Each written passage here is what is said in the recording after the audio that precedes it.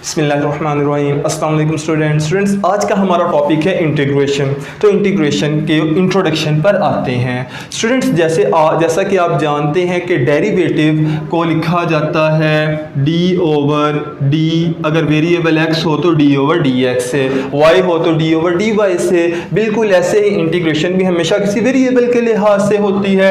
Integration को इस तरह से लिखा जाता है, ये साइन होता है, ये अलामत होती है इंटीग्रेशन की। आगे वो फंक्शन जिसकी इंटीग्रेशन लेनी है हम लोगों ने, और उसके बाद आखिर में dx, वो वेरिएबल जिसके लिहाज से हमने इंटीग्रेट करना है। यानी कि आप ये देखिए, इस साइन को बोला जाता है इंटीग्रल, और जिस फंक्शन की इंटीग्रेशन करनी होती है इसको बोला जाता है इंटीग्रैंड x होता है, इसको बोला जाता है विद रिस्पेक्ट टू x, यानी कि x के लिहाज से आपने यहां पर इंटीग्रेशन करनी है। तो ये आपके पास नोटेशन है जो कि इंटीग्रेशन के लिए इस्तेमाल होती है। स्टूडेंट्स, इंटीग्रेशन की दो टाइप्स हैं, एक है इंडेफिनिट इंटीग्रेशन और एक है डेफिनिट इंटीग्रेशन। इंडेफिनिट इंटीग्रेशन में स्टूडेंट्स ये इंटीग्रल, मैंने इंटीग्रैंड लिख दिया f prime, f derivative of x dx। तो स्टूडेंट्स, इसका जवाब आएगा हमारे पास f ऑफ x। इसका जवाब, फर्ज किया कोई जवाब f ऑफ x आया तो साथ मैंने plus constant of integration c लगा दिया। कांस्टेंट ऑफ इंटीग्रेशन c आएगा, c को बोला जाता है, ये कांस्टेंट ऑफ इंटीग्रेशन होती है, कांस्टेंट ऑफ इंटीग्रेशन, इसको कांस्टेंट ऑफ इंटीग्रेशन बोला जाता है।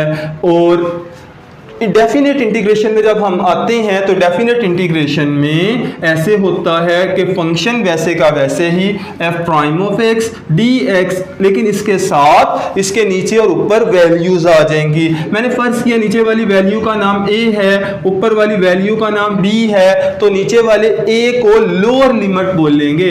हम इसको कहते हैं कि ये लोअर लिमिट है, LIMIT लोअर लिमिट है, और ये ऊपर वाली जो वैल्यू है ये बेसिकली अपर लिमिट है, लोअर लिमिट और अपर लिमिट है। स्टूडेंट्स, जब इंडेफिनिट की हम बात कर रहे थे यहां पर तो सिंपल इंटीग्रेशन लेने के बाद plus constant of integration c लगा के खत्म कर देना है। जबकि इंडेफिनिट इंटीग्रेशन पर जब हम आते हैं तो इंटीग्रेट करने के बाद इंटीग्रेट कर लूंगा इसको, तो यहां पर जवाब आएगा f ऑफ x। स्टूडेंट्स, इसको हम लोगों को फिर लोअर और अपर लिमिट को भी साथ लेकर चलना पड़ेगा। लोअर लिमिट a है तो a को इसकी ब्रैकेट के राइट साइड के लोअर एंड पर लिखना पड़ेगा। इसी तरह से जो b है इसको अपर एंड पर लिखना पड़ेगा, यानी कि ब्रैकेट के इख्तिताम पर नीचे वाले हिस्से पर लोअर लिमिट लगानी पड़ेगी और ऊपर वाले हिस्से पर अपर लिमिट लगानी पड़ेगी। फिर मजीद ये कि स्टूडेंट्स, जब आप इसको हल करेंगे, ये देखिए हल करेंगे, अगले स्टेप में f वैसे का वैसे ही रखेंगे, x वेरिएबल की जगह पर ऊपर वाली लिमिट b लगाएंगे, माइनस f वैसे का वैसे ही, और x वेरिएबल की जगह पर आप लोअर लिमिट a लगाएंगे और फिर इसको आप हल करेंगे। तो स्टूडेंट्स, ये बेसिकली इंटीग्रेशन की दो टाइप्स, इंडेफिनिट और डेफिनिट इंटीग्रेशन के बारे में आगाज था। स्टूडेंट्स, इंटीग्रेशन जो बेसिकली होती है ये एंटी डेरिवेटिव्स है, यानी कि डेरिवेटिव्स का उल्ट काम है। आप अगर ये डेरिवेटिव का उल्ट काम है, इसका मतलब है जो डेरिवेटिव के सवाल होंगे वो इसके जवाब होंगे और उसके जवाब इसके सवालात होंगे। कैसे, हम एक दफा यहां पर देख लेते हैं। आप ये देखिए, कांस्टेंट का डेरिवेटिव आप लें तो वो जीरो आता है, इसका मतलब है जीरो की इंटीग्रेशन जो होगी हमारे पास वो किसी कांस्टेंट c के बराबर आ जाएगी। बिल्कुल ऐसे ही x का डेरिवेटिव x के लिहाज से 1 आता है, x का डेरिवेटिव x के लिहाज से 1 आता है, तो 1 की इंटीग्रेशन क्या होगी, 1 की इंटीग्रेशन हमारे पास x होगी, यहां पर x होगी, लेकिन x के साथ हम कोई कांस्टेंट c भी ऐड कर देंगे क्योंकि ये इनडेफिनिट इंटीग्रेशन है, इसमें लोअर और अपर लिमिट नहीं है। स्टूडेंट्स, इसके बाद ये देखिए, नेचुरल लॉग ऑफ x का डेरिवेटिव 1 ओवर x होता है, तो 1 ओवर x की इंटीग्रेशन 1/x की integration natural log of x होगी, natural log of x plus constant of integration c आ जाएगा।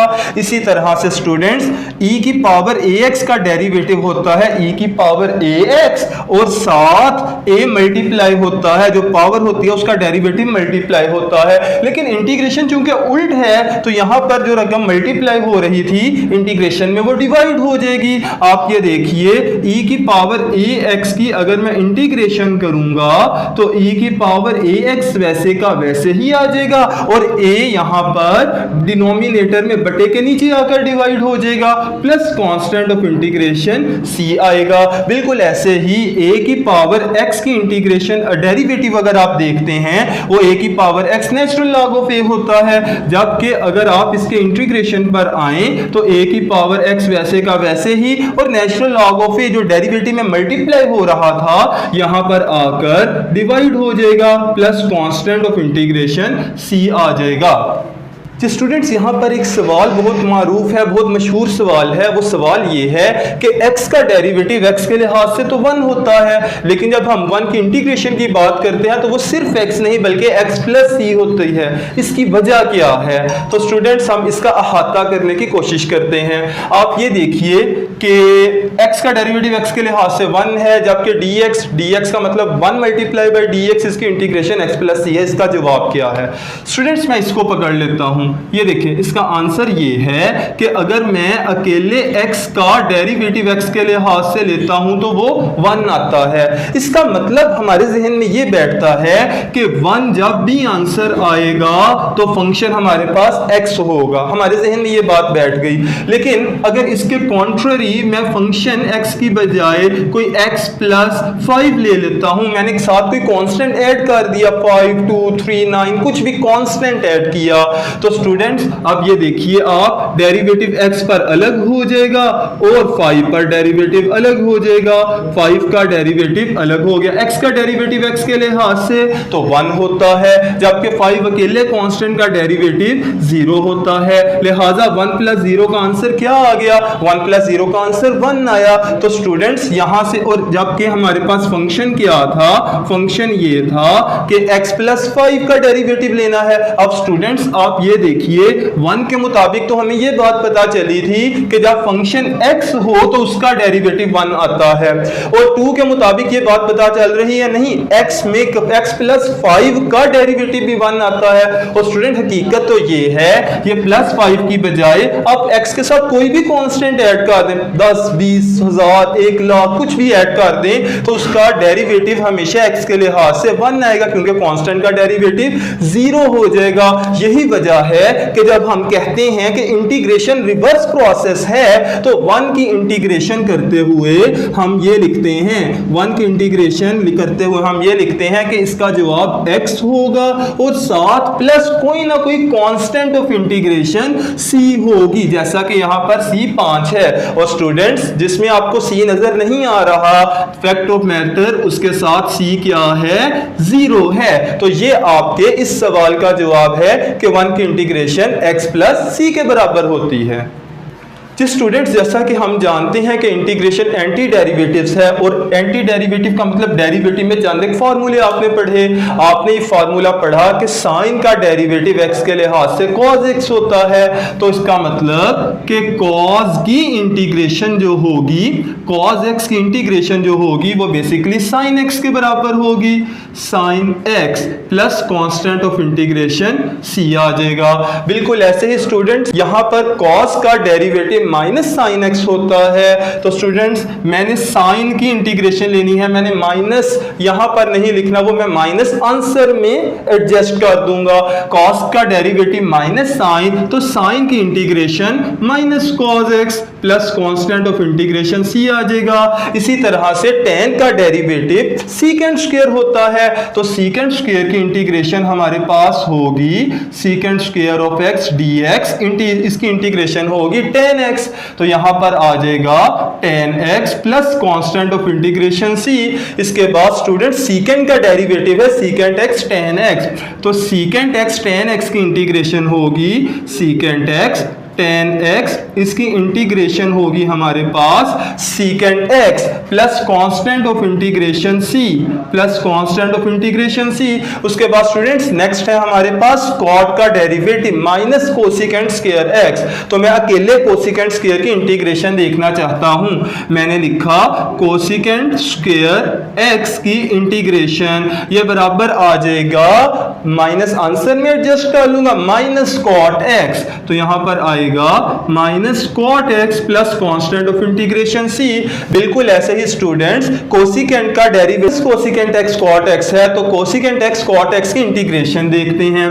कोसिकेंट x कॉट x की इंटीग्रेशन होगी कोसिकेंट x कॉट x, इसकी इंटीग्रेशन बराबर होगी माइनस, आंसर में एडजस्ट कर दूंगा, माइनस कोसिकेंट x। तो यहां पर आ जाएगा minus cosecant x, minus cosecant x plus constant of integration c। तो स्टूडेंट्स ये आपने सीधे सीधे फार्मूला देखे जो कि डेरिवेटिव्स का बिल्कुल रिवर्स प्रोसेस है। अब स्टूडेंट्स इसके अलावा 3 से 4 फार्मूलाए जो हम यहां पर आगे डिस्कस करेंगे, वो भी इंटीग्रेशन के फार्मूलाए हैं। स्टूडेंट्स उसमें एक फार्मूला है हमारे पास 10x। 10x की इंटीग्रेशन क्या होती है? 10x की इंटीग्रेशन स्टूडेंट्स हमारे पास होती है natural log of secant x, natural log of secant x plus constant of integration c। इसी तरह स्टूडेंट्स नेक्स्ट है हमारे पास कॉट x। कॉट x की इंटीग्रेशन क्या होती है? कॉट x की इंटीग्रेशन होती है natural log of sine x plus constant of integration c। इसके बाद स्टूडेंट्स एक फार्मूला है हमारे पास सीकेंट x। सीकेंट x की इंटीग्रेशन क्या होती है? तो सीकेंट x की इंटीग्रेशन होती है natural log of secant x plus 10x plus constant of integration c। तो स्टूडेंट्स आखिर में ये है कॉट x की सीकेंट के बाद है हमारे पास कोसिकेंट x। कोसिकेंट x की इंटीग्रेशन क्या होगी? कोसिकेंट x की इंटीग्रेशन होगी natural log of cosecant x minus cot x plus constant of integration c। तो स्टूडेंट्स ये बेसिक फार्मूलाए हैं इंटीग्रेशन के जो कि यहाँ पर इस एक्सरसाइज में हम यूज करेंगे।